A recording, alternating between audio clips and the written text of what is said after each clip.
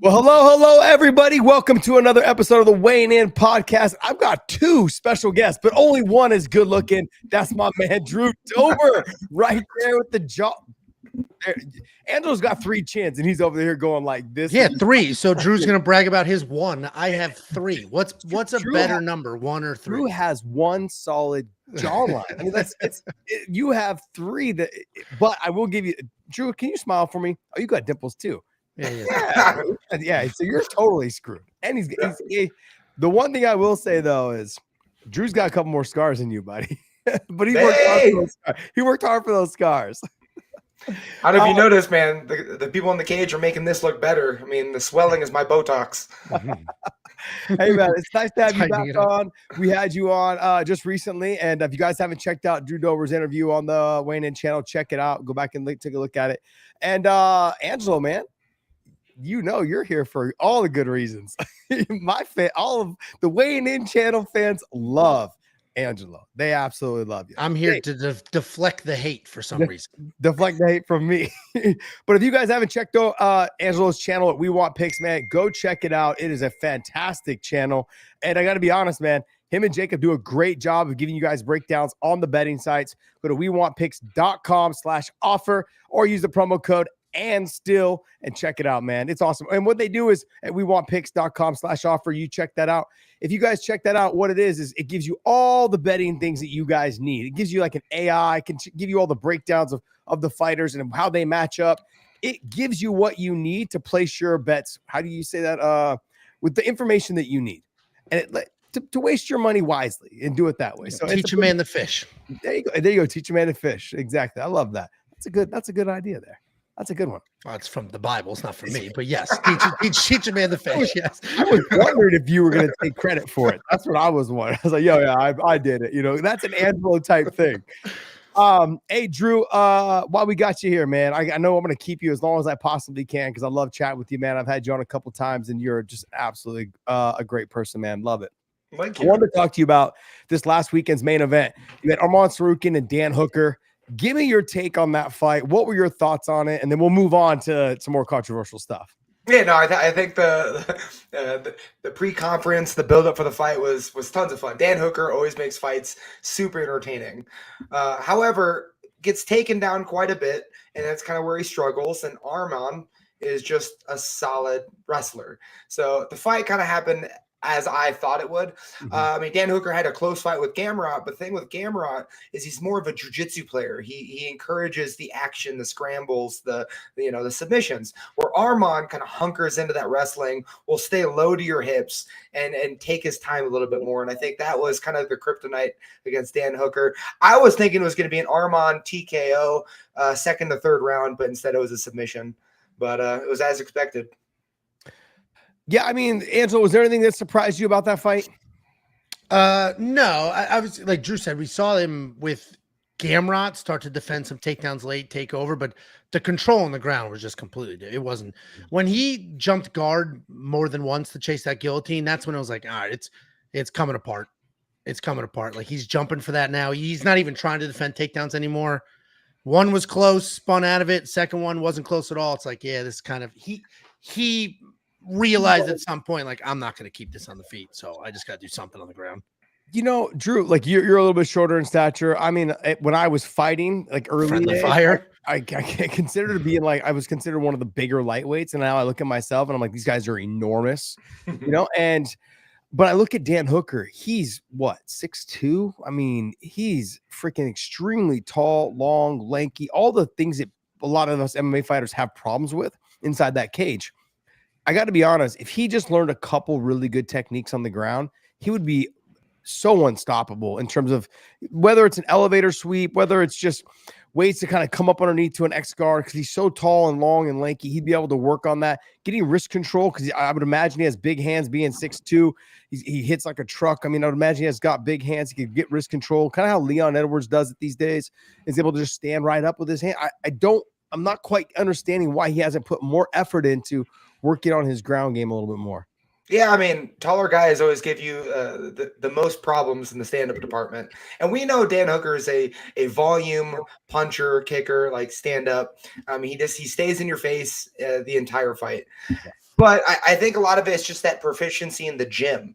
I think the gym down in Auckland, New Zealand, very tough individuals. But what are they all working on? They're all working on their stand-up and that kind of how to complement their stand-up. So Dan Hooker kind of like changed things immensely in the same camp.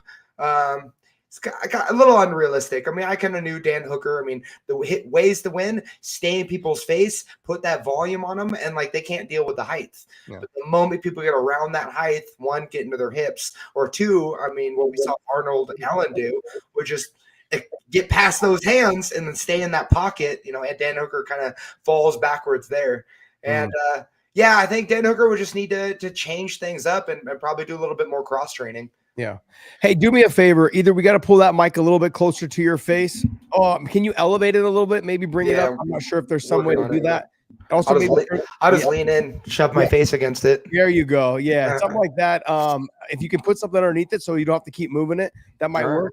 There's no rush. We got plenty of time with you today, buddy. And then, make sure the volume stays up because I actually want to hear your voice. Angela and I were just texting back and forth saying that I knew that it worked before we started, and then I think it got away from you a little bit. We're playing with brand new equipment, so appreciate you guys. It just wasn't using your microphone. That's all. Yeah. All right. Okay, so look, now that this has all been settled and done, like Dan Hooker and Arman, we know who won. Dominant performance by Arman Tsarukyan.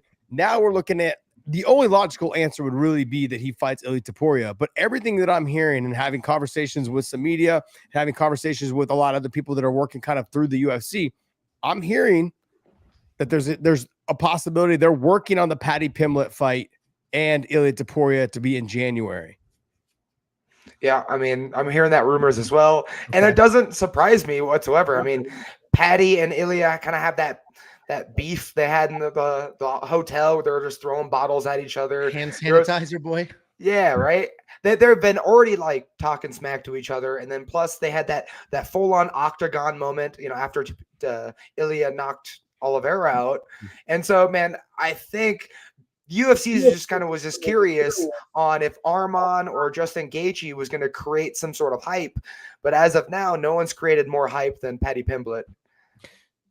Yeah, that's true. And I was talking with Dean Thomas today, and what he said was it kind of makes sense. If you're talking about how you're going to jump into the new year, right? And you're going to get on the CBS, Angelo, the fight to make in the lightweight division will be Ilia versus Paddy, more so than Ilia versus Arman. If you're talking about what is the way to explode onto the scene is you bring out the Scouser himself, right? And then you've got Ilia Topuria, who's got Georgia and Spain and and all the soccer people and everybody else behind him, right? And you put that fight together, that's a big draw right there, Angelo. I would like, I don't hate I think everybody agrees Arman's the next person in. Like, he's earned that title shot. He had it once already. He blew it, but he had it once already. I don't hate the Paddy Pimblett matchup because he's at least undefeated in the UFC. Mm-hmm. You can debate the quality of opponent, but who cares, right? He's won all those fights. He has a huge fan base. He's finishing people. He's exciting. He's fun. It's not a ridiculous matchup to make. Like, this isn't just he leapfrogged because he has a bigger social media following. It's not an insane matchup as long as it's like now, right? If they wait till spring and then Arman doesn't get a crack till next fall, like that's kind of a ridiculous time to wait. But if they just do it now and they're kind of on the same timeline, that's not that crazy. Yeah, I mean, I would agree. Like, if they do it like in the January where they open it up, Arman's just coming off this win. Let him step for a little bit. Let him, get ready for his title shot. Ilia comes in. And I think you have Ilia and Arman after that. If he does get past Paddy, what happens if Paddy beats him? It's not that ridiculous to say. It really isn't. If you take a look at Paddy, and just hear me out, guys. I know I saw Drew kind of roll his eyes like, all right, buddy, you lost me already, Josh. That's what he's just thinking in his mind. It just comes down to the size of Paddy Pimblett. He's a big guy, and I know he fights with his chin up in the air and he stays real long. Way up in the air. But if this fight does hit the ground, the size and the ability of Paddy Pimblett on the ground, I mean, we haven't seen enough of Ilia on the ground to really say he got taken down by Bryce Mitchell. And everyone's like, oh, he defended 30 takedowns though. Yeah. Okay. And then he knocked him out. But it may only take one takedown for Paddy. I'm just, look, you can't do the MMA math, but let's be honest. A big body frame guy, and he looks like he's physically strong. He is very talented on the ground. I'm going to give him his flowers. Like, he is undefeated in the UFC. You know, they do, like you and I were talking about, Drew, beforehand. They have been inching him up in the rankings, and he's only beat number 10, but yet he's number 5. Yep. I mean, I think like that's what we get when the UFC controls the rankings. Like we know kind of like the forethought, premeditation, or kind of make things work. The fight that I always think about is Topuria versus Ryan Hall. Like just elite grappling, unorthodox, and Ilia was doing a really good job of defending those takedowns. Even when he was on the mat, he was able to get back up safely. Does Paddy pose the same amount of threats as Ryan Hall? But after watching Paddy beat Michael Chandler and the skills to beat the shorter opponent, the long leg kicks, the knees up the center, I mean, those are definitely weapons you could do against Topuria. And I think. Do you hold any stock in, if you watched Alexander Topuria fight last week, the leg kicks were definitely having a huge effect on him, and he was struggling with that. And if you're a little bit faster than Topuria, they have very similar styles. You could kind of read Alexander Topuria and be like, hey, they're almost identical. I mean, obviously Ilia is, I think, the more refined guy. He's the champion in 2 different weight classes. He's proven himself. But I'm like, the leg kicks were there. Mm-hmm. Yeah, I mean, as Topuria said in an interview, like the hardest part in his game is closing the distance. Yeah. And I mean, he had a pretty much a matchup made with Oliveira, because Oliveira only steps forward. But Paddy Pimblett, I don't see him stepping forward. I think he's throwing leg kicks, and I think he's creating space unorthodox-like, and it might cause the boxer problems. Yeah. And so it's a very interesting matchup to have. And, I think UFC is really pushing on it because I think it's going to sell more pay-per-views or tickets, or I don't know how Paramount is working now. It'll get more views, and that'll be on CBS. I mean, there's a handful of stars right now in the UFC. You got Islam being, I think, probably the top star. Then you've got Ilia and Chimaev, probably 2 and 3. I think those kind of where you're at right now. Give me another name, Angelo. Like, what other stars am I missing in the UFC right now? Alex Pereira is probably number 1 for a couple more years while he's under 40. Wait, you put him as number 1?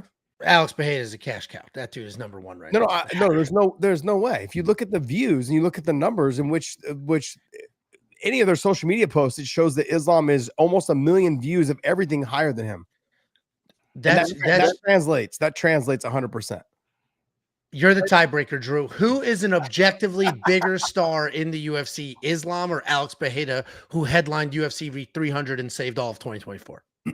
I mean, I'd say he's talking 2024. He's like, oh, this is 2025. That's what I have a 2-division champion right now in Islam, and look, and so is I didn't say who's more accomplished. Go ahead, Drew. No, you said who's the bigger star.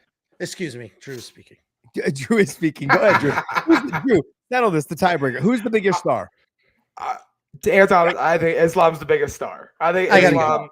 Guys, I gotta go. But the thing is, like, you're coming in with that West Coast attitude. Like, Pereira fights the way we want to watch. Yeah. But if we're looking at how much of the world is following, like, Islam's got it. Thank you. Sure, but a giant portion of Islam's fan base, can't buy any of the stuff the UFC's selling. No liquor, none of the gambling promotions, none of it.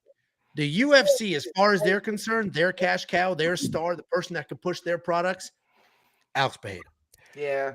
No, but this is not. But unfortunately, he did have the moment where he lost the title. He got held down, and with one boring fight, I mean, he just lost some stock on that. So as of now, Islam's number 1.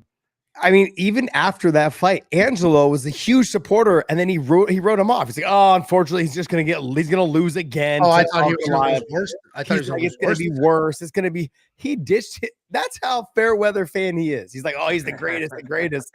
And then he's like, then after he lost, man, screw this guy, dude. That first fight, he defended all the takedowns, but only one of them was almost knocked out, and it wasn't Ankalaev.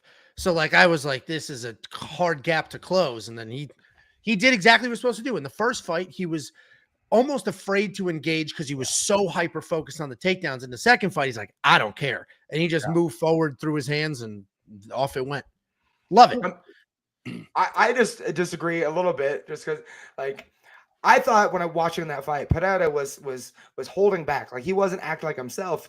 And then from what I heard, rumor has it, a couple of guys on that card got sick, right? And so was he dealing with like an illness? Was he like manning up, giving you a performance despite being sick? And then come, second fight, you just showed everyone that it was only half of his ability. Yeah, I mean, look, I'm going to just, like I said, Drew settled it already. Islam's the bigger star, and that's just how it goes. And if you look at the numbers as well, Chimaev would be number 2. And then you've got Alex. And I think there is, I mean, Chimaev does some big numbers, man. And I think Ilia and Alex are probably in that same boat, probably right there also too with Chimaev. I think they're close. They're close together, but Islam right now is the bigger star. You also got to say, you also have to remember, he's also got Khabib that backs him for everything. And that helps a lot. You've got a guy, I think Khabib's got like 50 million followers or whatever on his Instagram. Like that's helping a lot. And every interview is about, basically talking about how Islam and him have been friends forever and how the loyalty and everything that helps push. That's a big deal. And so everybody in that list that we just listed for potential biggest stars in UFC outside of Ilia, kind of old, right? Alex a little old. Islam's not old, but there's no way. How much longer is he going to fight? He's got. I think he's gonna. Maybe. Yeah, I would say maybe 2 years. I think he gets through the 2 undefeated fighters, and then I think he's gonna end up. My personal opinion, he ends up fighting Kamaru Usman next, and then after the Kamaru Usman fight, I think he fights whoever is still undefeated, and then he's gonna fight either Morales if he's undefeated, or he's gonna fight Shavkat if he's undefeated. I think he gets through the 2 undefeated fighter, and then I wouldn't be surprised if he walked away. There'd be nothing else for him to prove. Nothing. Well, and where I was going with that, it's an interesting dynamic right now where we're kind of losing some stars, hopefully trying to build some new ones. Dan Hooker, we talked about him earlier. He's of a dying breed, as are you, Drew. People who will go out there, put like, I'm going to get after it first. I don't want to say put the entertainment aspect first, but we'll get after it on the feet, not lean into like a slower type game plan. The Justin Gageys, the Dan Hookers of the world, the Paul Felder before he left, Dustin Poirier. That's sort of a dying breed because now the straight up athletes are showing up. The Ian Garys of the world. That guy is a high level athlete who understands I need to win. And if that means be boring on the outside, then that's what it means. I just need to win. I think it's going to get harder and harder to make superstars when you have these super high level athletes that aren't willing to just get after it in these positions. You feel that same way, Drew? You're like known for being excited. Is that even something that crosses your mind, or that's just literally who you are? And it just happens. Oh yeah, for me, I just get bored easily when I'm in the octagon, so I'm just trying to entertain myself. But I think things going like full circles. I think predominantly, I mean, the majority of skilled guys are going to take their time, win the fights they need to win, and all that stuff. But the exciting fighters, do they rebound faster? And like, I mean, Dustin Poirier being one of them. I mean, Dustin Poirier, fought for the title X amount of times, but like every time he was on a pay-per-view, I mean, people were stoked, right? And so I personally think the wrestlers are going to have their time, the Dagestan, but the chaos, the what fans want to see, the Ilia Topuria making that commitment to knocking people out. More people are going to start doing that once the Dagestan system is kind of slightly figured out. It's going to create a circle.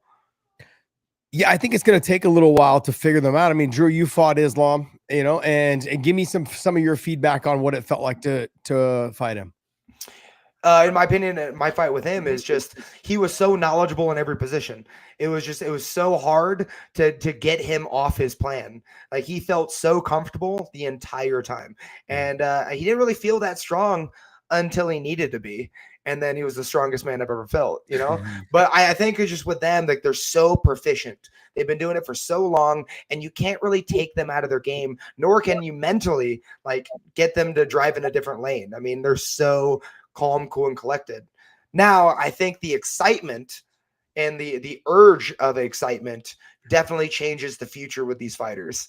Like Islam can sail away with a retirement, be like a Khabib, and keep his, close to undefeated record. But I mean, with Khamzat, nobody's really excited to see him fight again in the fashion that he won the title. Yeah. And I think more people are more interested in seeing DDP, come back just because like the wild style he has.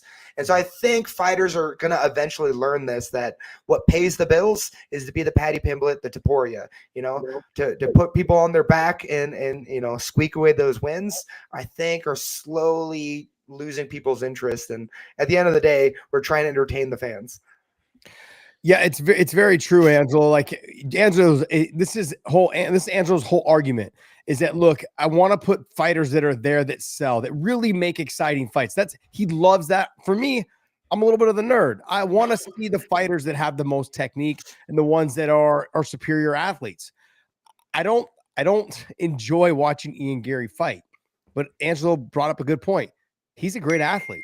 He's tall, he's long, he's lanky, he's got a great, his fight IQ is pretty good. I wouldn't say it's great. I mean, we found out in the Pratis fight, it's not wonderful, but I mean, he does stick when he does stick with his game plan. He can get away with his game plan.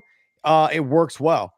Sorry, guys, that's me. Yeah, dude. Every time he's like 116 years old, he has no idea how to mute a phone, doesn't know how to turn off notifications. I shut it off every time. I shut it off, and I have no idea why it's not staying off. I don't know. I have an idea. You're old. He just wants us to know how awesome he is. Like, that's people exactly text him. Just getting blown. You know what? Some of those texts are Angelo texting me during the show. I sent one text saying his microphone's not picking up, and it's not text is already okay. There's no way at the end. Look, in terms of how, like, I've trained and sparred with Islam a ton. It's like you said, strength is not something he'll use until he needs to use it. They're for me, with him, it's more about he is a technician. He's somebody that really tries to dial in his technique. And whereas Khabib, he was really good at the one thing he did. He just stayed on task. You know what I mean? And that's kind of where I think that's the Dagestan way for that group of guys. They stay in whatever their lane there is. Like, this is what the game plan is. I don't veer from it. And if I need to make adjustments, I will. But realistically, they're so good at what they do, they don't very rarely have to make adjustments. Islam can fight he can fight anywhere in the ground. Khabib could fight on the feet. He just chose to just do what he did that he did the best. No one found a way to answer that. So Arman is very similar to that. Arman Tsarukyan is the guy that guys, no matter what you game plan for, it's hard to stop his takedowns. It's hard to get on. It's hard to out scramble him. This guy can scramble with some of the best of them. His scrambles with Islam, his scrambles with Gamrot were some of the best I'd ever seen. Yeah. I think the biggest difference, and I want to give props to Islam for kind of, veering from this, but, the way they live their life, they're so structured, so disciplined. I mean, everything from wake up to, going to bed. I mean, everything is part of a protocol. So to get these guys out of their lane is practically impossible, which I got to give props to Islam because he's one of the few fighters from Dagestan that are taking chances, taking risks. I mean, moving up in a weight class to fight the champion. Plus, while in that fight, I mean, he wasn't just staying chest to chest and just elbowing. I mean, he was looking for submissions. He was creating posture to try to create action. And like, that is exciting. And like, I absolutely love it. Where Arman is kind of like the other side. Like, he is kind of outrageous. I mean, he's throwing headbutts at, face-offs and trying to fight dudes in an audience. And he is very athletic and he is a very like profound wrestler. But I think it's just his chaos that kind of gets him in trouble sometimes, right? Where he kind of gets a little egotistical, where you don't see that with Islam. That's very true. And look, how the lightweight division right now is shaking out. You got Ilia at the top. We're hearing the whole Paddy thing coming out. What does Arman do in the process, though? Does he wait for the winner, or does he maybe try to say, hey, Justin Gaethje, if you're free, Max Holloway, if you're free, like, can I get somebody in that mix? Because he's already beaten Dan Hooker. He's already beaten Gamrot. Or no, he lost to Gamrot. I thought he won. Yeah, you're not going to run that back. He just Gamrot just lost to Dan Hooker, and then I just beat Dan Hooker. Like, there's really no one else there for him to fight. There is Paddy, but Paddy's probably going to get that title shot. So what do you do if you're him? Well, two things. I'm going to back up real quick. You were talking about Dagestanis, Drew. They are, everything you said is true, right? This is all they do. And famously, I forget who, but they threw out his computer because he was playing video games. And that's all we hear, training all day, every day. No distractions. Then at UFC Qatar, 3 of them lose. 2 of them were death gassed almost immediately. So then it's like, how is this happening? If Tagir Ulanbekov, you're entire, this is it. This is all you do all day, every day, and you gassed.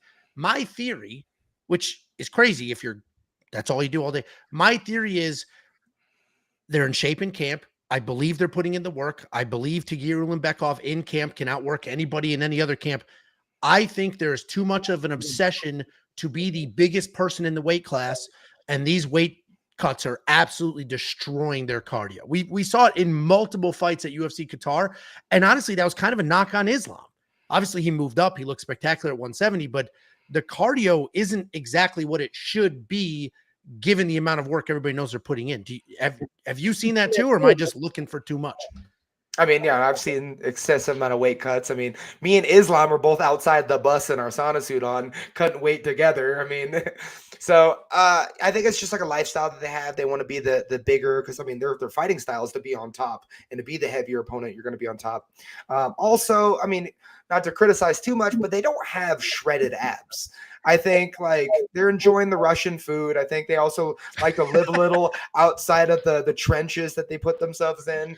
You know, and so like, I think they live comfortably, and then when it's time to cut, they cut it, you know, a little excessively at times. But I think their livelihood is, you know, some will excel and others will, you know, not come up, you know. Sure. Yeah, Islam brought up a good point today, and he said two things. He's like, probably Ulanbekov's going to end up going up in weight. He said it's just the weight cut. He struggled with the weight cut. It's probably a good time for him to go up to 135. And then on top of that, he's kind of kicking himself in the ass for himself, because he's like, I wish I would have went to 170 a lot earlier. It had a straight up effect. And having conversations with Javier Mendez, who's our coach, and he's just saying how good Islam looked throughout camp. And then Frankie Edgar also too on his podcast. And after talking with Frankie when I was in Jersey, he's like, man, he looks really good.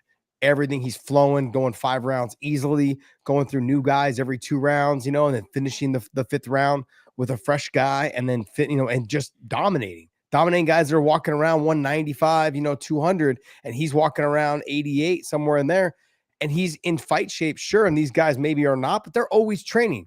It's not like they're out of shape. They're just not in that peak fight shape. And he was dominating these guys he trains with all the time. They know his style. They know his game. And Islam wishes he would have went up to 170 sooner. You know, and we've seen it over the years, right? Angelo and Drew, like we've seen it that fighters are having more success going up than they are trying to go down. Dan Hooker tried to go down. How'd that work? You know, Frankie Edgar went down. He was the champ at 55, went down to 45 and 35. Didn't have anywhere near as much success, you know, and TJ Dillashaw went down to 125, didn't have success there. I mean, there's tons of samples of fighters going down and not having success. Guys, and look at Jack Hermanson just this last weekend, went down to 70. Oralby comes up from 55, gets the knockout. I mean, I think the proof is in the pudding, guys, that it's probably better. You're probably better off going up, especially if you're getting older like Jack Hermanson. I think you're better off going up and just walking around your normal weight and trying to have success there. Yeah, I think weight cut is kind of like this old school mentality where it really doesn't serve as much benefit as people originally thought. I mean, I'm an outrageous person to say it because I do cut an extreme amount of weight, but like overall from what we've seen and from what I've actually heard from college wrestlers and, you know, wrestlers that have been in the Olympics, is just weight cutting is a little overrated, you know, and it's all about proficiency and your skill. And when you have the calories and you have the energy and you're sleeping well, you're going to be able to put in the drills, learn the technique, and become proficient. When your entire camp is just to lose the weight, I mean, you're going to be rusty when you get in there. Yeah. Hey, we don't have a super chat for this one, but I'm going to bring it up in here. Charlie C2966, Angelo, this is a question for you, and I'm going to go ahead and show it up on there. And it says, it's not great. Listen, it's not great, but no. This is hat head. That's what hat is. Show people the tumor so they don't think we're lying. Let me see it. First of all, I don't know if you're familiar with HIPAA laws and HIPAA violations, but show me your tutor. Show me your tutor, your tumor. All right, let's go. We do have a super chat though. I want to throw this out here and show it. It says right here, it says Korean Murder 88. Josh, you said Waldo can't get close to a title until he beats guys ahead of him. What about Patty? He's number 5 with wins over Wash, Ferguson, and Chandler. How would he do versus Oliveira, Gamrot, or Holloway? Arman is fighting down. I'm going to let you guys answer that first. Go ahead, Drew. You started off. I know it's to me. We're going to let Angelo start this off. I'm going to go off of his answer right now. I want to hear what you guys say. What's your take on this? Oh, boy. Well, we all agreed Arman should be the next up, but we didn't hate what Paddy did because Paddy has 0 losses in the UFC. He has built himself a body of work. Everybody they've given him, he beat. He just had a great win where Waldo has had two great wins in a row, a nice little turnaround. He has 2 losses in the UFC, including to a guy ranked above him. So I think it's a little easier to make the case when there's no loss on that record under your umbrella, where Waldo's got 2 losses. He lost to Sergey Pavlovich, who's still ranked higher than him. So skipping that line is just it's a little trickier to do. Drew? I honestly think the lightweight division's kind of bottlenecked right now. I don't think anyone's going to be squeaking into that top 5 anytime soon. I think if you're below the top 5, I mean, you're going to be in a mix of just fight of the nights, just hell to like earn your, the next phase of the top 5. The top 5, I mean, my question is Justin Gaethje retiring? I mean, he was blowing smoke that if Paddy gets it, he's going to retire. I've heard those rumors. Arman, I think personally needs to just wait to see whoever Topuria gets next, which we're assuming safely that it could be Paddy. So like with those guys in mind, like that top 5 is just sealed out. And plus you got to get through Gamrot, the gatekeeper of the top 5, So anyone below that, I mean, I don't see anyone breaking the top 5 anytime soon. So these lightweights, get comfortable and let's cause some ruckus. Yeah. Look, I think with the Waldo, is it Acosta Cortez Acosta, like with him, he needs the Volkov fight. He needs a fight up there in that number 2, number 3. What I love about him though, he's already asking for a fight on the December card. If he gets 3 wins here in the last 5 weeks, 6 weeks, I mean, I'm going to probably catapult him right up into that mix. I mean, here in the heavyweight division, let me take a look real quick. He's right now, he's at number 5. I'd put him, if he gets a win, I don't know who he would fight, but if he gets a win over a Volkov or if he gets a win over a Curtis Blades, because he called out, I believe, Curtis Blades. Curtis put out this video talking about, hey, you want the smoke? I got the smoke for you. And so if they can get that done in the next, 2-3 weeks and they put that on that December card, that'd be fire. That would be absolutely fire. And if he does get past Curtis Blades, I'd leapfrog him to the winner of Tsarukyan versus Tom Aspinall. Just to be honest, I want an active heavyweight guy who knocks dudes out. I want to see it. I love the fact that he is willing to be active. I've trained with a lot of heavyweights in my career, not like grapple with them a lot, but I mean, like they've been in my gym. I've had the best heavyweights in the world in my gym. Cain Velasquez, Daniel Cormier, Paul Bonatello. I've had guys that all fought for the UFC and some of them walked away with the UFC titles. So to see them and their drive and their push, then how active they were, and this is a little bit more active than they were. So I'm going to give him some love. I'm going to say, look, if he gets a win over a Curtis Blades, I'd catapult him right into being number 2. That's where I would put him. And in terms of Paddy, it all comes down to viewership in the CBS deal. That's really, look, this is the money game. It's the entertainment game, sure, but it's about the money. $1.1 billion a year. Where do you think they're going to go? They're going to go right to Ilia versus Paddy. That's a big draw. And if Paddy wins, you can do something with that. If Arman wins, you can't do as much with it. And that's no dig at Arman. Just the star power is just not there yet. If Ilia wins, I can do a ton with it. I can just keep building what he is. But if Paddy wins, you have a star. If Ilia wins, you have a star. If Arman wins, it's not as big a star as either one of those guys. So it's a money game when it comes down to one of your first fights on CBS. That's what you've got to do. You've got to make sure that you're bringing the star power from all around the world, and then those 2 guys bring it. I mean, I think the heavyweight division really needs some pumping up. I mean, is it official? Are we like doing the rematch between Gon and? I don't think it's official yet. I don't think it's official, but look, there are some fighters out there that we can kind of spruce it up, a little shot in the arm. Angelo, I talked about this the other day. I said, Gable Steveson, not Stevenson, Angelo. Gable Steveson is somebody I'd like to see added to the UFC roster. Olympic gold medalist, 2-time national champ, 1-time runner-up. He could have been a 3-time national champ. Look, he's explosive. He's fast. He's got 2 MMA wins, both by knockouts. He's got a bare knuckle win also by knockout. I think all 3 fights accumulated are like under 2 minutes, a minute and a half or something. Like, he's explosive. Sure, he's really green. I'm not ready to to green light him to, to Tom Aspinall. But I'm saying I could see him fighting somebody in that top 15 or like, in the top 10 to 15. I could see him fighting somebody there after 1 or 2 fights in the UFC and making his way. And then Rico Verhoeven, I think is how you say his name, the 10-year Glory kickboxing champion who trained at AK. I seen him spar with Dale Cormier and Cain Velasquez and those guys, and they were shooting machines when it came to him on the feet. So that lets you know, like, look, and a lot of these guys in the heavyweight division, none of them can wrestle. Very rare. Curtis Blades can. Jailton Almeida can. That's Angelo's guy, by the way. He loves Jailton Almeida. I love Jailton Almeida. Yeah, just stroking Jailton Almeida. I just love him. He's the best. Here's the debate. Okay. He's arguably, and not accomplishment-wise, the best wrestler the heavyweight division has ever seen. Not accomplishment-wise, right? DC was an Olympian. Brock Lesnar, D1 national champion. Not accomplishment-wise, but his ability to just shoot blast doubles whenever he wants to and take down anybody as many times he wants to. We haven't seen anybody do that. Yeah, maybe we'll give you some love, but I also don't think there's a big enough sample size on him. He hasn't fought enough top world-class guys for that to be happening. Like, think about DC, right? He's a 2-time Olympian.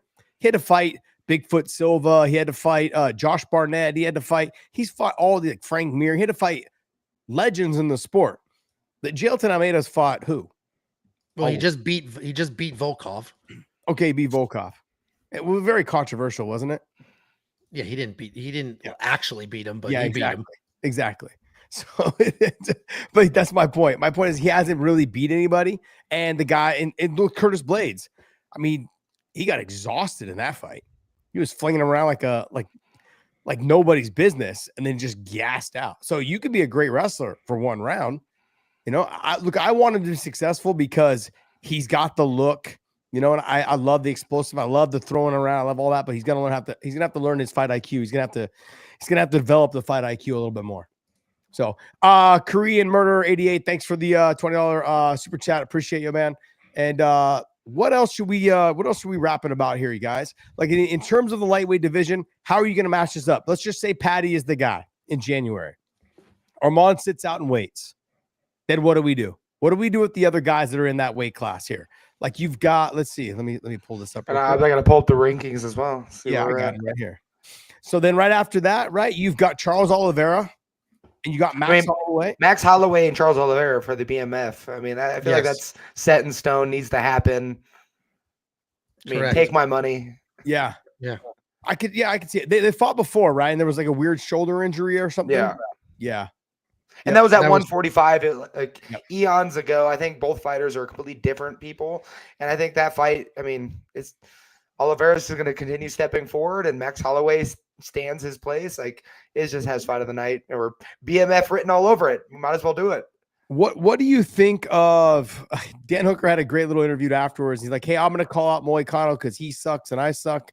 We both can't seem to get wins. Let's go ahead and fight. And I was like, bro, you're wild for that. But I really, to be honest, I love that fight. That fight to me it seems like a very exciting fight. Can he keep it on the feet though, Dan? I mean, Drew? I think that fight he could keep on the feet. I think it'd be very similar to his fight with Gamrot. I think Moicano gets hit quite a bit, and then he finds his victories once he's able to get his hands on you, wrap it around your waist, a threat in the back, but end up on top. Where Dan Hooker's just so tall and long and like his volume and his striking, I think Dan Hooker could embarrass Moicano, and that fight could happen. Angelo has another take on that, only based on the fact that Moicano was coming off of basically opening a gym and getting ready for his last fight. He was involved in his podcast, doing all this other stuff. He wasn't focused on his last fights. I think he's all settled in now, and do you think we'll see a different performance out of him, Angelo?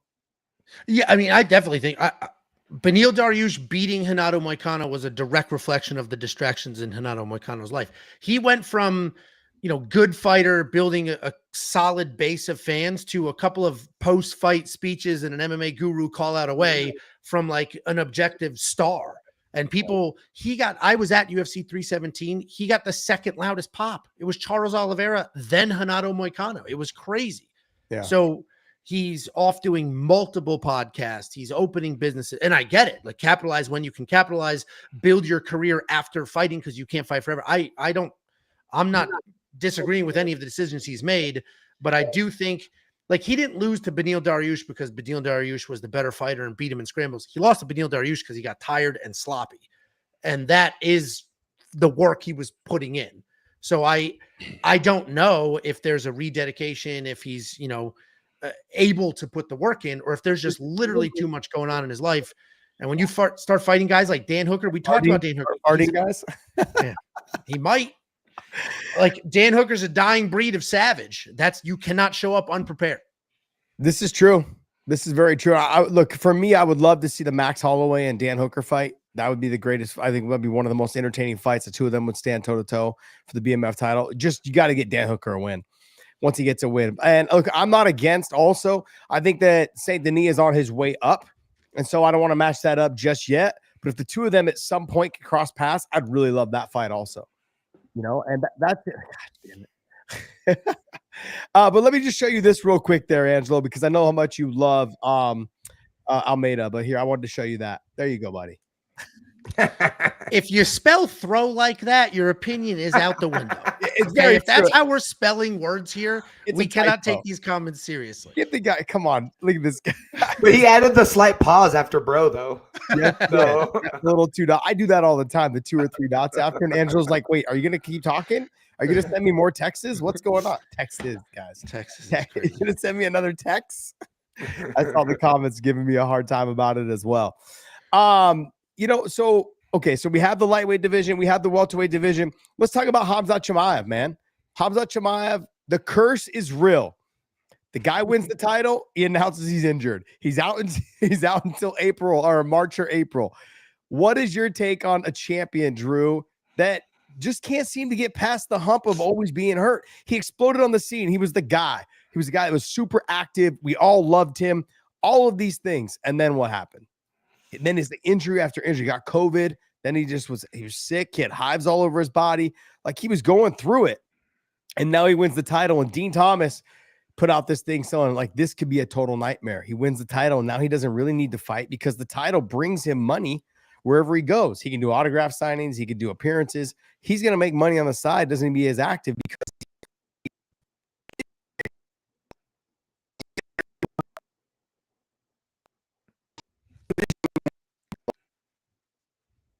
I think that's Josh's internet, because you and I look fine right now. Yeah, Yeah, I so, know, right? Josh, we're losing you. Yeah, while he deals with dial-up, I guess he was asking what you think of Khamzat and if the inactivity is a problem. I mean, I'm over here messing up with my microphone. Yeah. But I think with Khamzat, the thing that worries me is he exploded on the scene with a fantastic win and tremendous amount of confidence and just like that arrogance. But we're seeing with his fights being canceled, him getting sick, injured, and then the way he won the title, he's showing a lot of fear, or at least in my opinion, just a lot of hesitance, and that has never served him well on the rise. And so now as a champion, it kind of disappoints me a little bit. And like, how much hesitance are we going to see from this champion? And I'm currently looking at the top 5, and there's got to be some more fights to happen before, there's going to be a solid number 1 contender to challenge Khamzat. So Khamzat can just hang out until, whoever's next. I mean, we got the Nasser.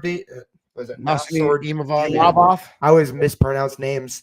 I mean, what is Sean Strickland doing? Is he going to get a chance? Like, I feel like there's guys in the top 5 that need to really, bring the heat to Khamzat. Khamzat doesn't really need to do anything right now. Did you guys lose me? Am I back? Yeah, we took care of it though. Yeah, Okay. Show went on. Okay, the show went on. Okay, look, I'm back. I wanted to make sure there was 2 good-looking guys on here and not just one, right? So I had to come back with the jawline that Drew had. Drew has a better jawline than me, but I don't know about that one. Look, I think it does. It obviously does hold it up there, Angelo. I mean, I'm correct on this. I think everyone agrees that him being inactive will hold it up. But on top of that, though, what do? You move on from such a star. The UFC has been known to hold things up for the stars, and he's the second biggest star in the sport. Well, it's tricky because this is the best the middleweight division's been in a very, very, very long time. And if we're not going to move things up and we're not going to get more than 1 title shot a year, it could be a little frustrating. But I mean, I think for now we'll give Hamzat the benefit of the doubt. He said he'll be back in April, I believe.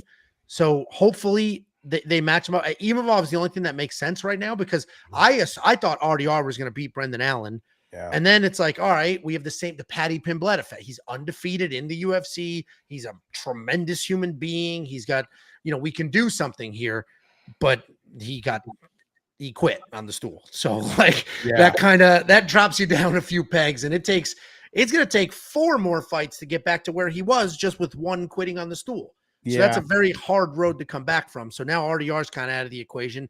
Brendan Allen has already lost to a couple other people in the top 5. So the division went from like crazy, like we have a bunch of really good options to Nasruddin Imavov is really the only option right now. Yeah, I mean, I would agree with you. It says right here, Korean Murderer. He says, I get Patty the marketing. Thank you for the super chat, by the way, Korean Murderer 88. I get Patty for the marketing, but he'll get chinned. Make Arman versus Ilia since they don't like each other. Brady showed what happens when you fight down and you lose. Islam versus Brady will probably never happen now. Look, I would agree with you, but we're talking about star power, right? That's really what we're talking about. We're talking about guys that bring the revenue. And you're talking about CBS. They want a big time fight card. That's where I'm at on that. You guys agree with me on that? Yeah, I agree with you. But I think when you're making matchups and you're gonna have the card filler and then like the hype, the ticket seller. And so you get like the Islams, the Khamzats, the stars, right? But who's gonna be the card filler? Who's gonna be the guy in the top 5 that has a fantastic win that creates that immediate buzz of like, hey, I want to see this guy challenge the star, right? We're talking about like the stars now, but I want to see, in the lightweight division and the middleweight division and the heavyweight division, who are these guys in the top 5 to have a fantastic win?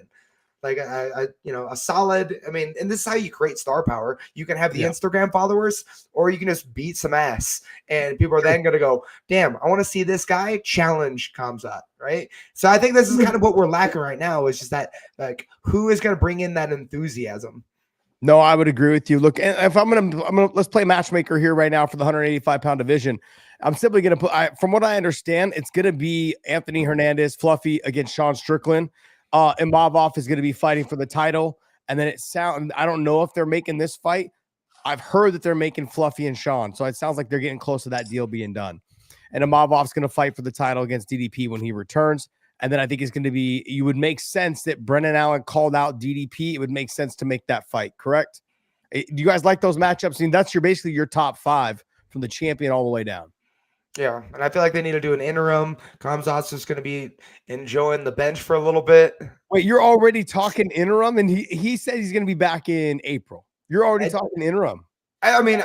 From the record showing, like, he claims a lot of stuff that he doesn't. The world is not built yet, like he's just, I'm a little like, my confidence is shaken when he talks about entering the octagon. Spot on. The dude doesn't fight. He hasn't been fighting. He doesn't fight. He already is injured. Josh and I had this debate the other day, and I was like, what would the odds be that you put on that the UFC has an interim middleweight title in 2026? He's like, no, it won't happen. I was like, it's going to happen. Wow. There will be an interim title fight in 2026 in the middleweight division. There will be. How do you say it? Ye no faith or some shit? I don't know how you say it, but like, you have no faith whatsoever he's going to fight. No, he hasn't, like, he's shown that he doesn't fight. Like, other than his UFC debut 2 weeks, he hasn't been fighting. Yeah. Interesting. I'm gonna pivot here a little bit. Did you see what the mayor of New York put out today? That Eric Adams, the mayor of New York, says there will be charges pressed against the fighters and the people that were involved in the Dylan Dennis brawl. New York is not the state to do that kind of stuff. What are you talking about? They let everybody go. I don't know. That New York Athletic Commission gets pretty intense. Oh yeah, they do. So I'm not surprised that charges being pressed, and then Dylan Dallas just getting his first fight, in the UFC that weekend. Yeah, he got TKO'd.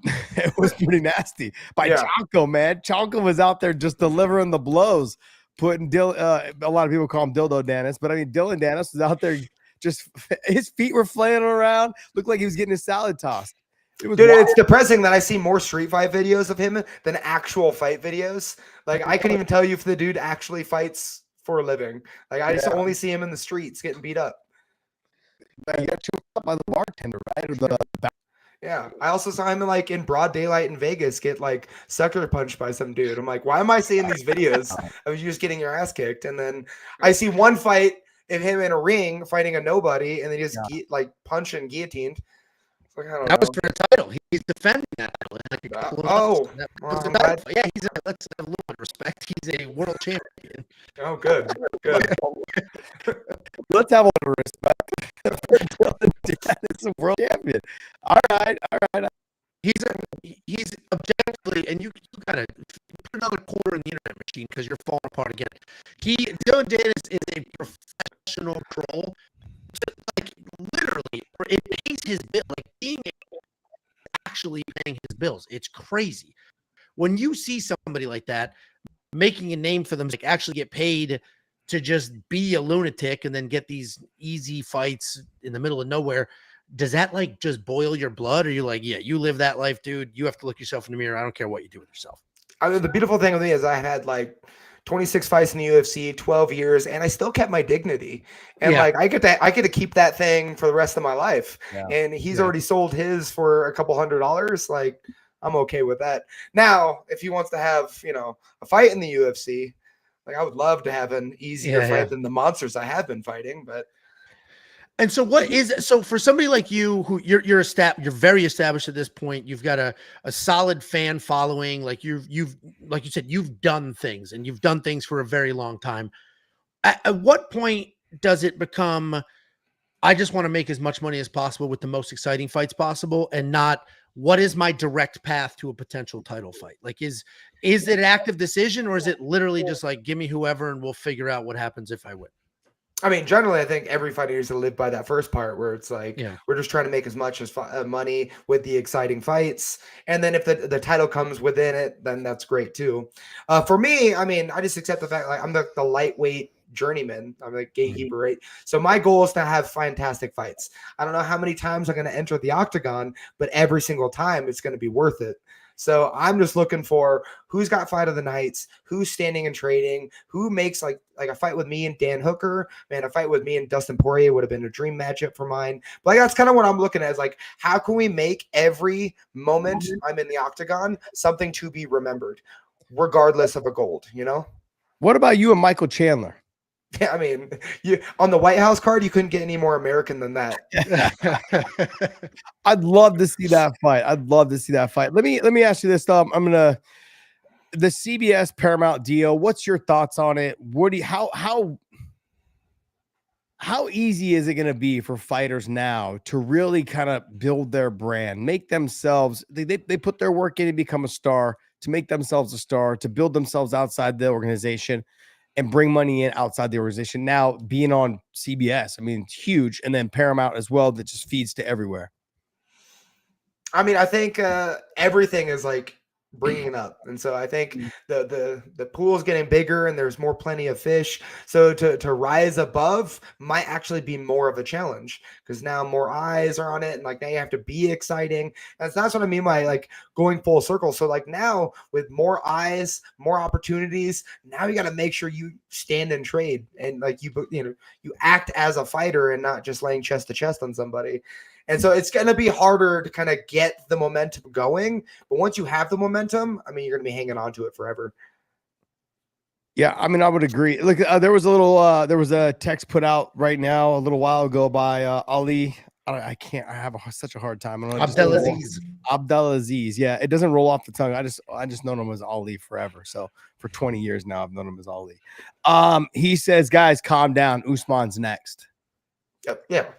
Oh yeah, that doesn't surprise me at all. I mean, I'm always hearing like thinking like Kamaru Usman needs to fight Islam, like that could just seal it, And then the welterweight Grand Prix that we just had, like the winners fight the winners, but Kamaru Usman against Islam for sure. Yeah, that's huge. I mean, it sounds like he's announcing that the fight's pretty much signed and done there, Angelo. I mean, I would assume so. They were calling for it. I get it. I would prefer a different matchup, but. You can make a case for Usman, world champ. Has he beaten GSP's records or title defenses? If he didn't, it's right there. Right. And his only you could say, oh, he's 1-3 in his last 4, but the 3 losses are 2 of them to the same guy. He beat Leon Edwards for 24 minutes and then he got knocked out. Objective loss. Like that was a loss. The rematch, I thought he won the rematch. I didn't agree with that scoring.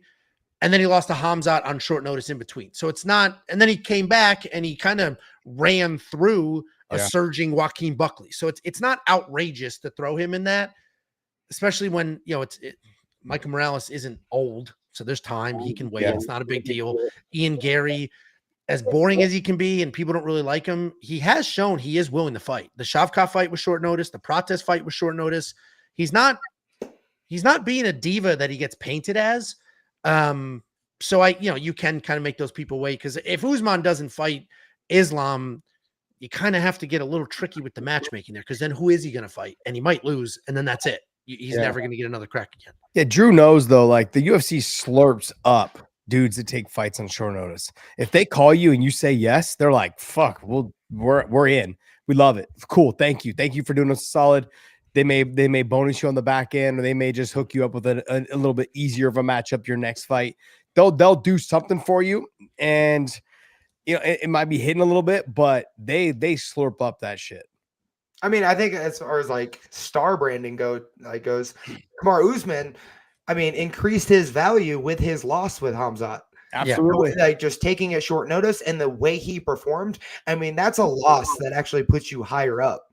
And I think that loss alone is primarily the reason why, you know, you'll get the next title shot, because how he performed up in a weight class, short notice, against the fighting style very similar to an Islam. And it's like, look how well he did. Now let's put him back to where he made his career. And let's see how well he does there. Absolutely. And Usman came out publicly and was like, look, I want to try to get the one shot at the crack of the title at 170. And if, you know, winner or loser or whatever, then I can see myself going up to 185 pounds, getting a win and challenging Hamzat. And if you take a look at the 185-pound division, none of those guys can wrestle like Kamaru Usman. And we already have a sample size of how that fight looked. Now let's give him a full camp. Let's give him, 6 months to put on weight. And let's see how he does against somebody like Khamzat Chimaev. I have regular Drew Dober questions. Okay. All right. So you're known for your chin, your willingness to get after it. Is that front of mind? Are you like, I can take shots. I'm moving forward. I can take shots. I got nothing to worry about. Or, that's just your fight style and thank God your chin is your chin. Or are you like literally like, I will be fine? So I think it started with being oblivious to the chin, right? Yeah. I was just fighting the way I wanted to fight. And then it so happened that the chin carried me along. But then there was a phase of my career most recently that I started to like rely on it. And we all age. So it's probably not as relevant, anymore. But there was a time period where I kind of slipped up and was kind of like relying on my constitution. But obviously we want to learn as we get older. And so now it's like, all right, the chin is just for looks now. We ain't trying to like use it in the octagon anymore. I think the most impressive shot I ever saw you take was Rafael Alves. Oh yeah. Where you like spun my head around? He swung from the fences as hard. It is probably literally the hardest punch anybody could have ever landed. And it just didn't matter.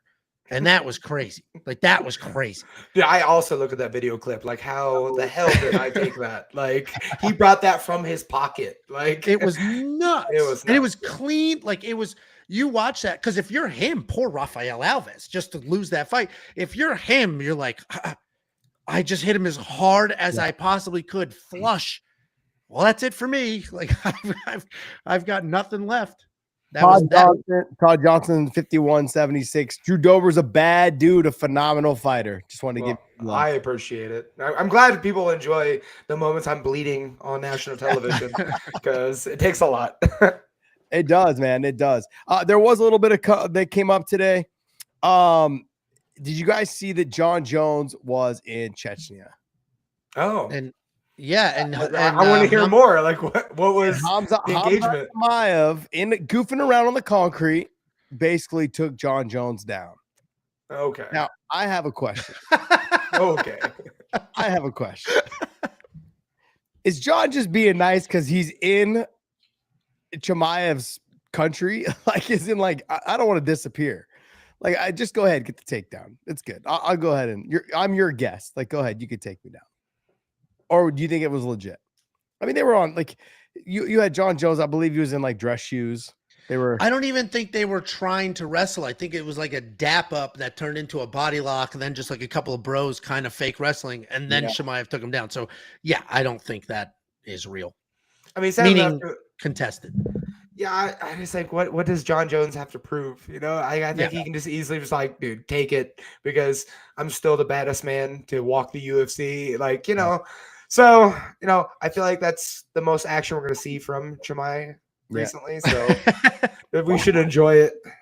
Wow. Yeah, I mean that's a good point. His foot didn't look too bad in that video, or when he was shoving Ian Gary for no reason. That was Ian Gary. I think is objectively unlikable. I think most people would agree this guy's pretty unlikable, and he had a nice win, not the Bilal win, in the I don't know the foyer, the locker room, wherever they were, where Hamzat just shoved him and started making a mess for no reason whatsoever. And Ian's like, "What are you doing? You're a world champion."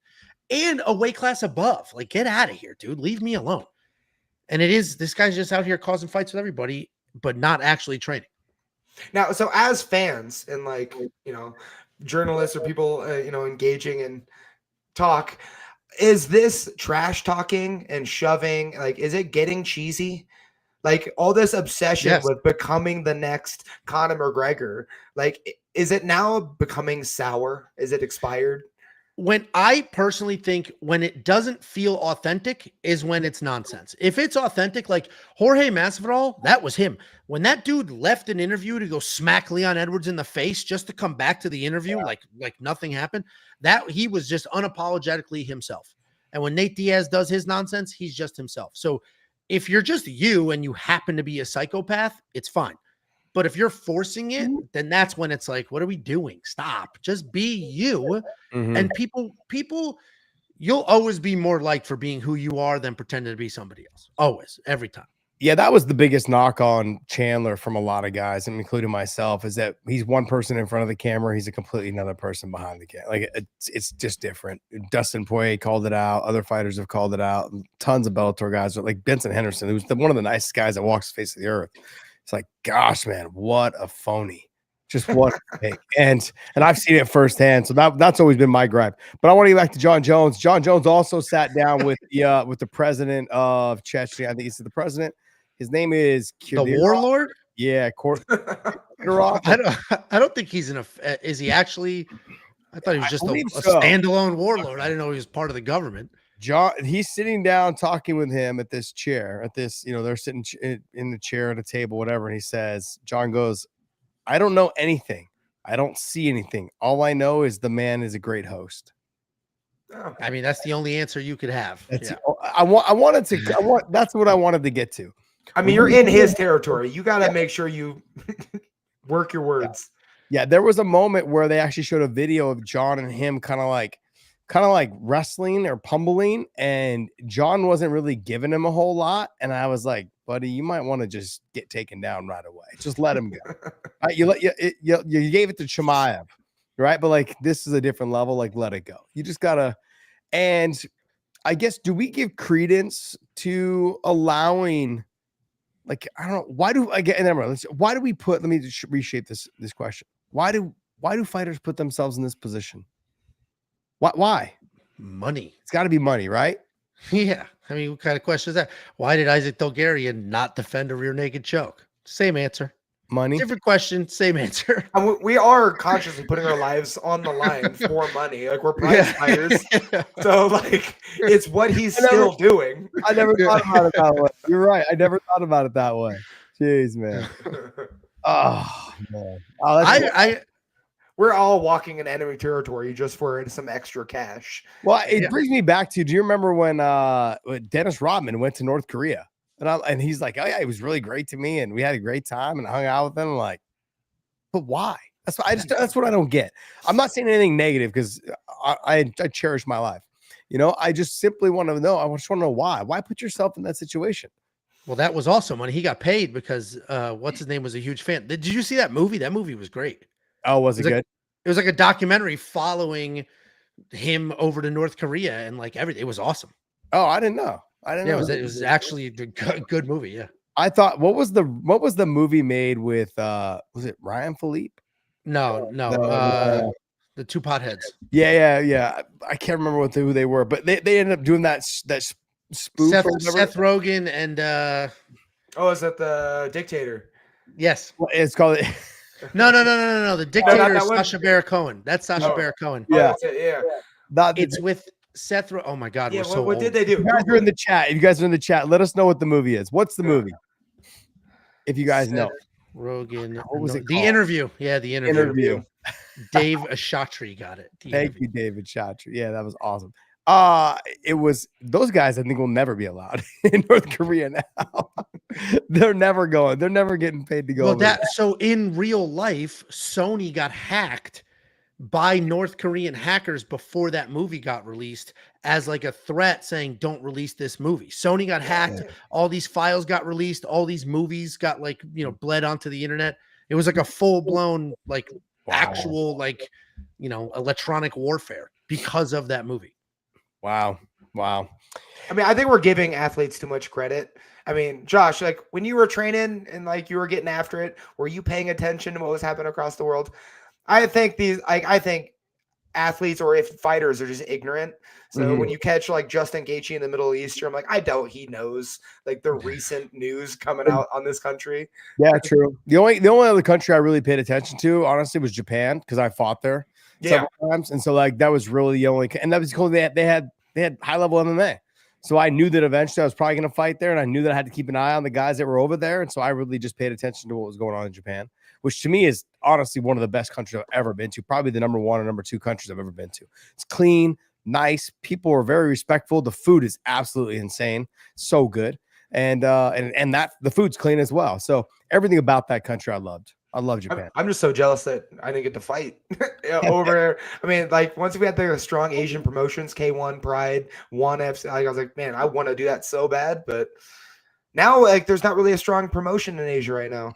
There's Ryzen, but I mean, Ryzen, they focus on the littler guys like the 125, 135, 145, that kind of thing. So, all right, guys. Well, hey, man, we're gonna wrap this thing up. Angelo, you got any other questions, man? I was just going to ask. So before we went live, we just mentioned how I do bet on fights. Nothing crazy, just a couple bucks here and there for some fun. As a fighter, who I'm sure after a loss, the DMs are probably insane from people lost bets on God knows what. Do you feel that like betting on sports is ruining sports as like somebody inside a sport, or are you like, that's just the nature of life? I'm going to get that hate mail whether they bet on me or not. No, so like my simile is when I want my wife to watch the next pay-per-view, I show her the like the embedded. I show her like the countdown, like emotionally get her involved. So now she's like, oh man, he was a great dad. I want to see him win. Where betting is kind of like our emotional attachment. That's how men are like, dude, I really care about this guy. I'm throwing some money on him. And like now it makes it more passionate. And at the end of the day, I want fans to be passionate. So keep throwing money on me or my opponent. Like I just want people to be excited and enthusiastic, and betting does that for us. Do you have any like for me? I never like I have what are they called when superstitions? Like I don't bet on my friends.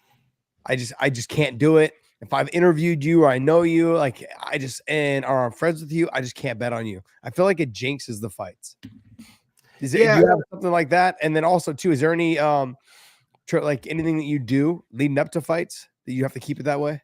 So like for betting, like I just know consistently I'm awful at calling fights. And so I mean I'm not trying to lose all my money. Like and then as far as superstition goes, I'm actually quite blessed that I don't like I've done it so often that like everything's been so inconsistent. It was really hard for me to develop any sort of consistency.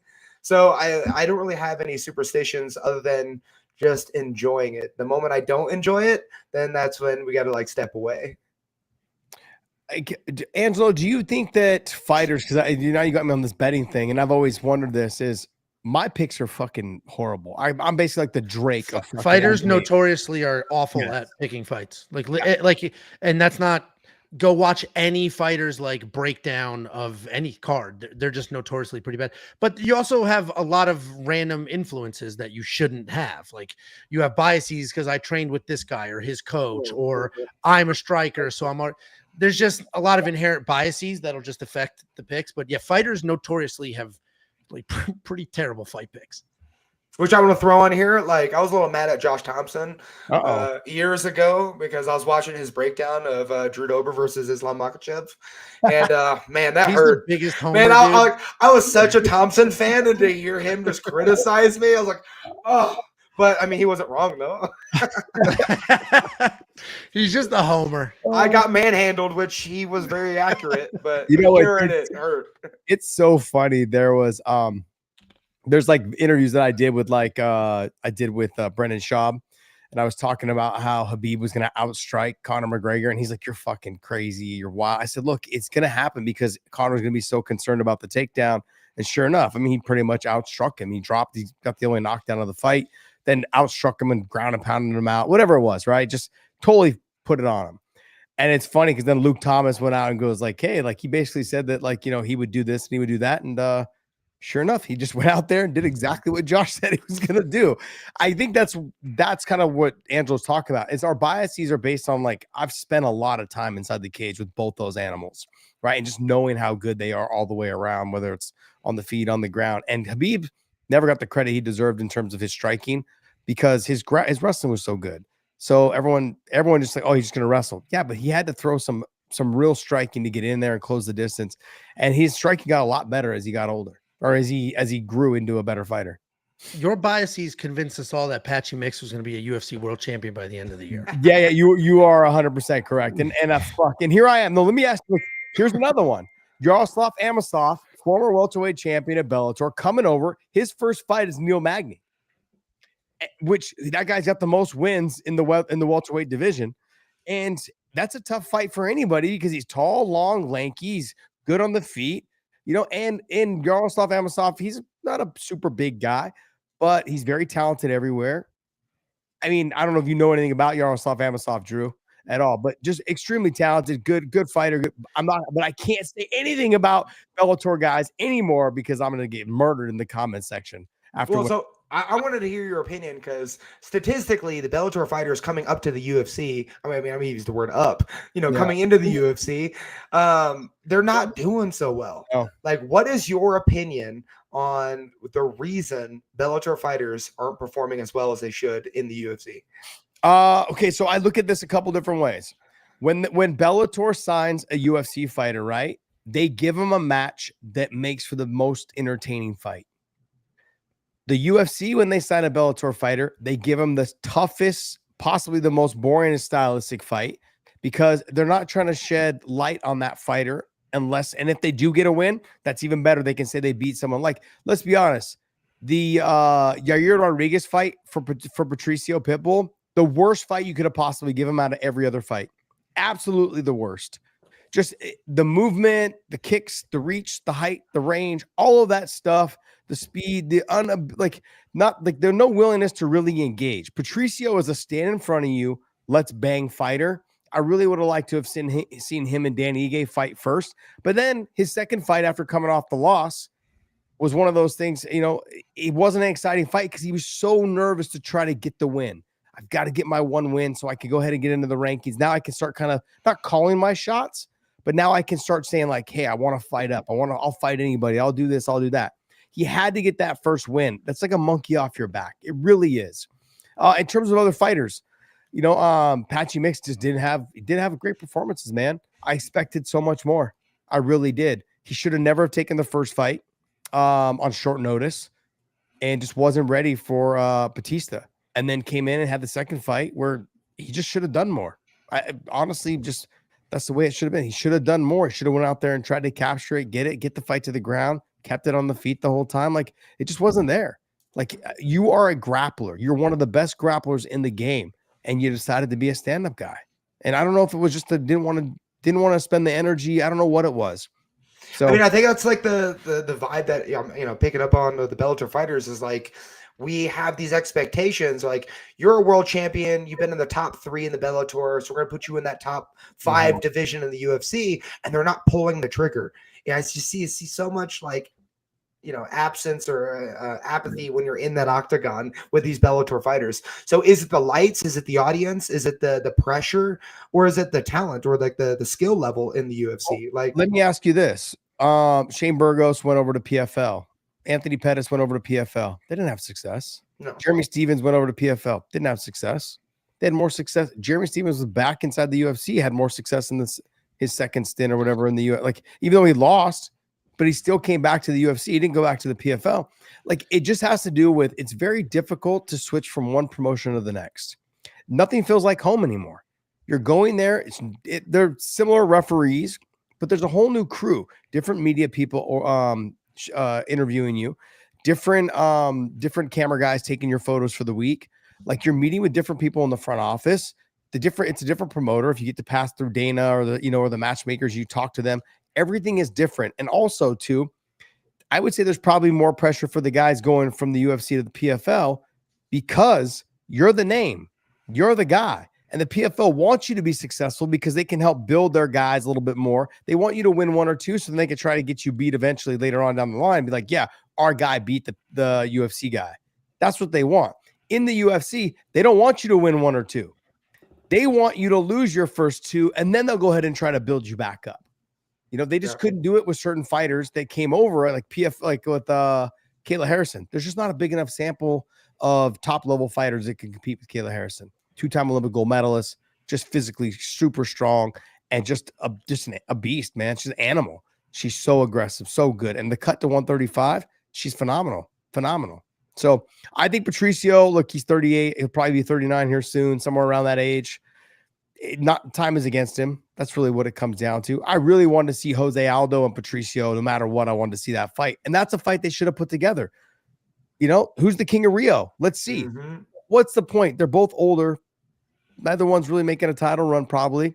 You know, Patricio lost the title run when he lost to Yair. Why did we not put that? Let's make exciting fights now. I didn't get that with the UFC. I'll give you one last thing on this, though, too, is when I got brought over from Strikeforce to the UFC, all I ever heard for 2 years before I came over was that, man, Anthony Pettis and Josh Thompson or Donald Cerrone and Josh Thompson would be the fight to make. I was never offered those fights. I was offered Anthony Pettis, but only after I knocked out Nate Diaz. I asked for Anthony Pettis and I asked for Donald Cerrone, my first fight in the UFC, and they said no. I wanted those fights. They gave me Nate Diaz. I don't know what their reasoning was behind that. He just lost to Benson Henderson like right before that. But I asked for Donald Cerrone and I asked for Anthony Pettis. I wanted those stand-up fights. I wanted that fight. That's all ever people said was they wanted to see those fights. Never was offered to me. So that was frustrating, you know. And so that's where I guess where I'm getting at is the UFC has a tendency to make sure that the guys that come over that they don't have success in the beginning and they can rebuild them up. Be like, nope, he wasn't that good when he got here. We made him better now because he's had to fight higher level of competition. I understand their reasoning. I do. They don't want anyone looking good when they come in. Angelo, how do you feel about all this? I don't think it's that deep. I don't think it's that deep because if you look at the matchups, I don't think any of them were crazy. Like Patchy Mix had one loss. And it was short notice. Mario Batista, that's not a crazy matchup. Like, yeah, he lost that fight, but he lost that fight. He didn't even attempt a single takedown. Like, he lost that fight. So I think it's closer to the bright lights are kind of an issue. But because if you go back to Michael Chandler, he had a decent matchup coming into the UFC. Here's Dan Hooker, and he made it work. When they go back all the way to Eddie Alvarez, Eddie Alvarez beat Donald Cerrone. He had a favorable matchup. No, he lost to Donald Cerrone. He did. Yeah. Okay, fine. It was a favorable matchup. But like Aaron Pico, yeah. Given his skill set, he got knocked out.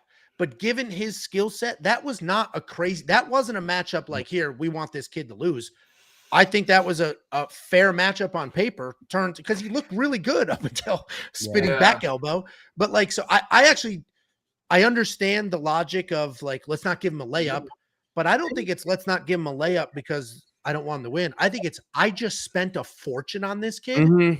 I'm getting my money's worth. Yeah. Give him a tough fight. That was the same thing with Michael Chandler. You know, they spent a lot of money on him. They also knew that he had power in his hands, and they're like, good, let's give him Dan Hooker. Let's see what happens. We're going to get a great war exchange, if anything. And then he's just able to catch Dan, put him out. MVP, he got kind of a good entrance as well. His movement, all those things. I really also believe, though, too, MVP was stylistically, it was just a bad matchup for anyone. Very hard to deal with.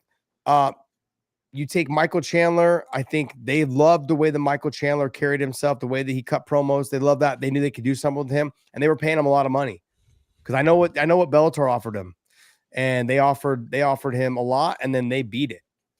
So that lets you know that they wanted Michael Chandler. So of course they're going to try to shape it to where there's some big fights in there, and Michael Chandler delivered. They got their money's worth. That guy's been in a couple of monster fights, win or lose, monster fights. Like, he's always exciting.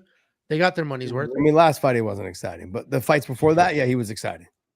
You know, but it got Patty a win, so they got their money's worth. They if they could have bought that, they would have. You're 100% correct. They got the new star a win. They got this. They know what they're doing. Build the name off the backs of the older guys. That's really what they do. That's the name of the game. It's going to continue to be this way long after we're gone. I'm already gone, but long after you're gone and long after all these other guys are gone. That's exactly. Wait, so what do you think it is, Drew? As an active fighter right now, what do you think it is? You think it's literally the bright lights? Yeah, no, I don't think it's the bright lights. Right? Because I mean, like, Bellator is really similar. And at the end of the day, when the cage door closes, that's all you see. But I think it's a combination of your guys' both points where these Bellator fighters are like canned stardom, right? They're already coming in with, you know, the ceiling in which, you know, they're carrying in from the Bellator. And like, all right, it's a sink or swim moment. Either you're coming in with that star power and it's going to blossom, or you're going to come in and fail, in which now we're just going to bury you. You know, and I think the UFC, I doubt it's a company competition, but more so like, you know, we're getting as much out of you from your first 2 or 3 fights than we're going to get, you know, the top contender or the contender series guys, like those potentials are limitless. So I think we'll spend more time catering to them. But these Bellator guys are like, all right, you've already reached the top, and we'll just see if you can hang. Yeah, I think, to be honest, I think the Yaroslav Amosov fight with Neil Magny, I think it's a very favorable match. If you can't beat Neil Magny, then you don't deserve to be in the UFC. Like, you are somebody he's got great wrestling. He was able to take down Ed Ruth, 3-time national champ out of Penn State. Like, he's got great wrestling. He was able to defend takedowns against Logan Storley, a 6-time state champ out of Minnesota and a multiple-time All-American out of Minnesota. Like, he can wrestle. He's got good takedown defense. He chases submissions all over the place. He just submitted Curtis Millender in like a minute and a half when they fought outside the UFC. That's how quick he put him away quickly. I mean, you can't figure out how to silent your phone and you remember all these names like that. Good for you. That's crazy. He's just autistic. My mom took Tylenol when she was pregnant with me.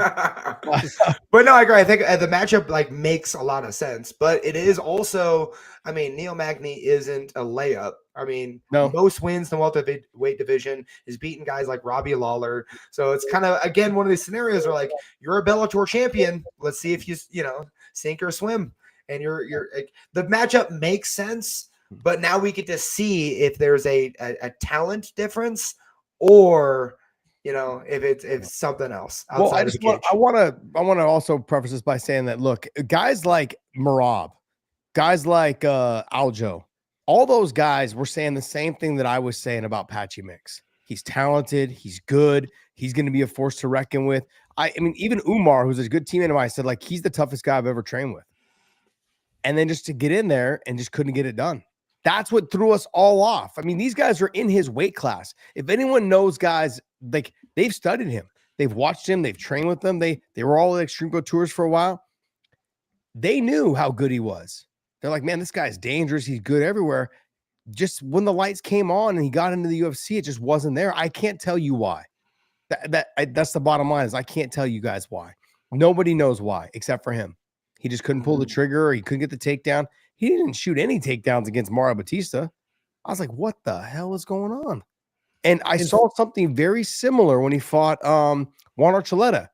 He jumped the takedowns in the first 2 rounds, dominated, took the back, couldn't finish him. But then rounds 3, 4, and 5, he just chased him around the cage, getting hit. And that's very similar to what I saw in the next two fights. I don't know. I mean, there are levels to it. I think he's got the level to be there. It's just a matter of he's either got to put on a little bit of muscle, or he's got to or he's got to work on his wrestling to close that distance. I can't tell you what it is though. I don't know. I mean, it's really hard to put my finger on it, but yeah.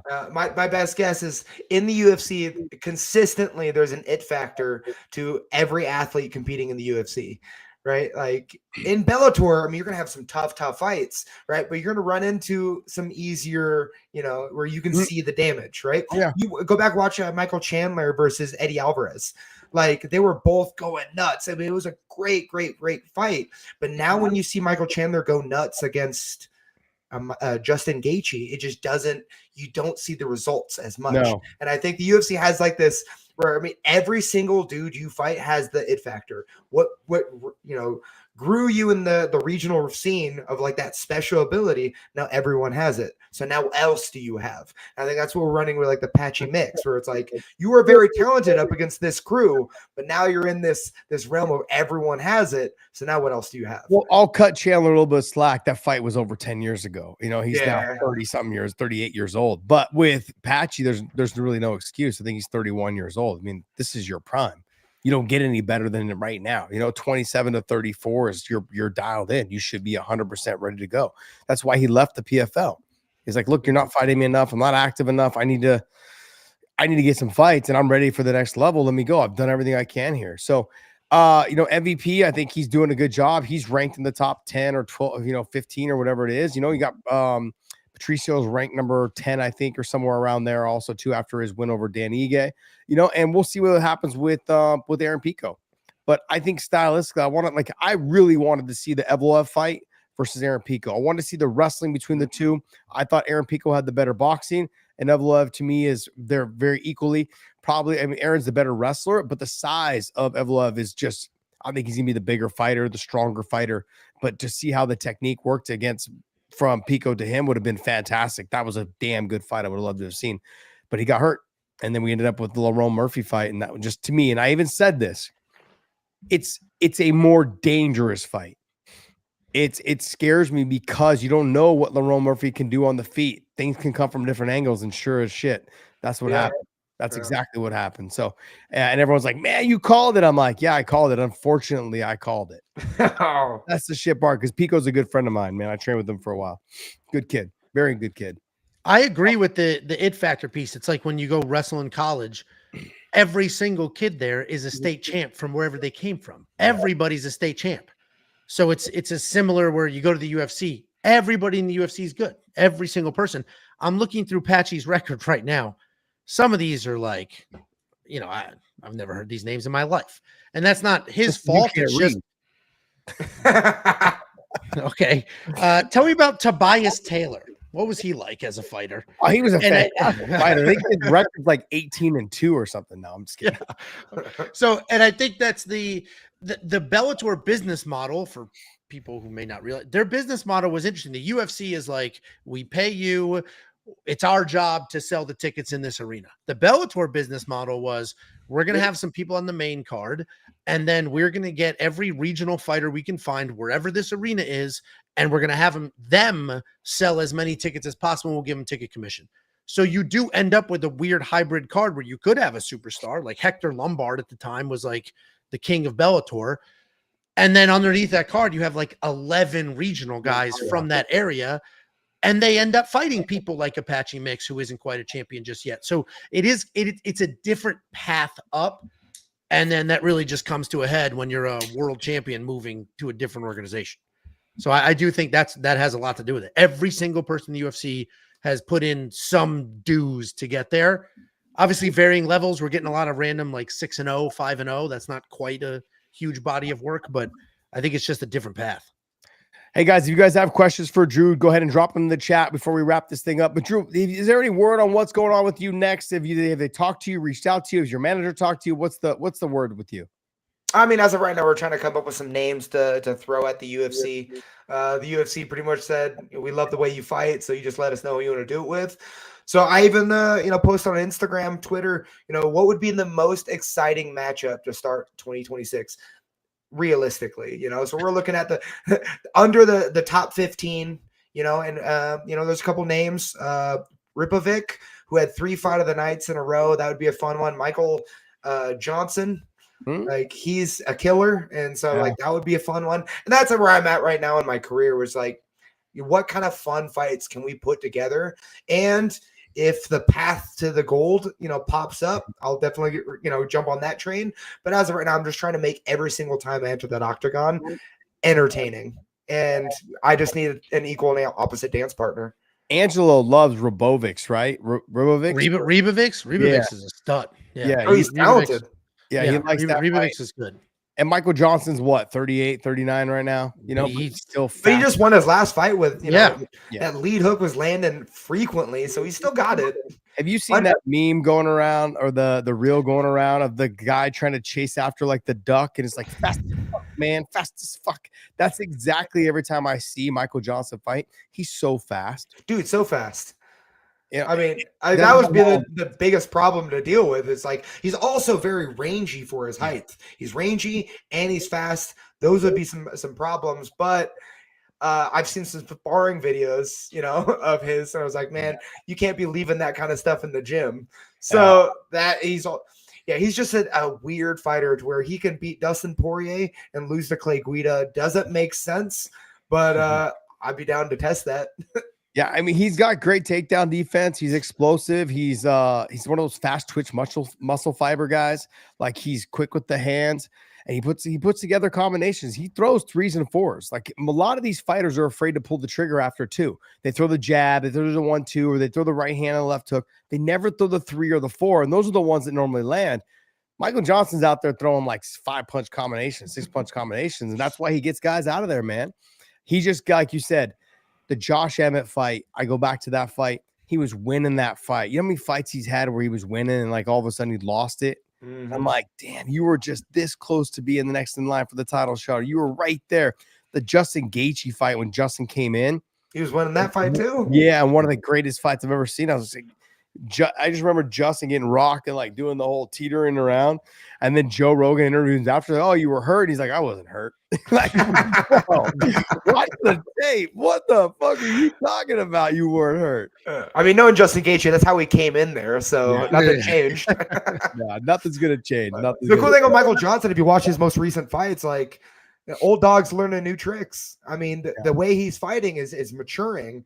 And who did Zell Huber? He beat Zell Huber. Yeah, and like that was like a very brilliant fight on his half, you know. Yeah. And so I'm like, man, I like how Michael Johnson's performing as of recent. Yeah, he's on a 3-fight win streak. Yeah.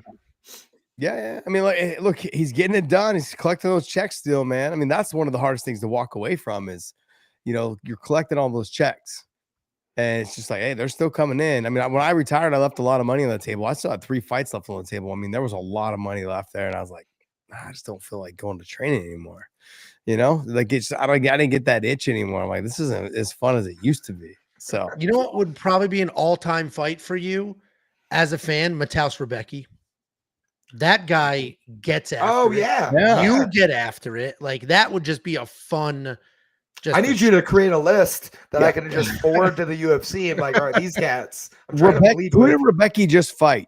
Ludovic Klein in an absolute war, and right before that, Chris Duncan in a war, and right before that, Modobek Orlby in a war. This guy just gets after it. He bleeds instantly. Like, if you sneeze in his general vicinity, he's just going to swell and bleed. But he just gets after it. You have very similar fighting styles. Yeah, he'll wrestle though, but he doesn't. I'm writing his name right now. The Klein fight's a good fight as well. I mean, the two of them stood in trade. I mean, like, he's out for a while. His last fight, in that fight, Ludovic Klein's foot was facing the wrong direction. That's why he was laying on his back.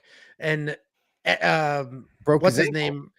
It was bad. And Mateusz Rebecki had no idea, because if he just stood up, then Ludovic wouldn't have been able to stand up, and that would have been it. But yeah, it was Ludovic's not fighting for a while. But I think you and Mateusz Rebecki would be like, you know, featured prelim, which notably is one of the most important slots because it gets the most amount of eyes. Especially on time. I think that's a spectacular for fight. Paramount, especially on Paramount or CBS. It reminded me of that little ankle being bent back like that. Who was the kickboxer from Croatia? Got knocked out by Mirko Krokop. Mirko Krokop got knocked out by big guy. Gonzaga. Gonzaga. Yeah. Oh, that's right. Yeah. Remember his ankle folded underneath him? I was like, oh. Luckily he was out because I mean you get real bendy when you're asleep, you know. Yeah. So from what I saw, like not a lot of damage. I would was like to done, know but- how you know this. I mean, how do you we've know had this? some wars. You are married, you know. Well done. Couple drinks, you know. She's asleep, right? Yeah, So- dude. Once you're loose, things can happen. Yeah. All right, guys, we're gonna wrap it up on that. I want to thank you guys so much for joining us to the show. Drew, man, thanks for joining us. Angelo, my man, I will see you soon. And hey, guys, and Drew, anything you want to push anything, brother? You have anything you want to promote? You got anything you want to talk about? I mean, just pay attention to the Instagram, Drew Dober, and Yeah. then as soon as I fight again, just make sure you tune in. All right, guys, we're out, man. Nice seeing you guys, and thanks for the super chats, and we'll see you next time.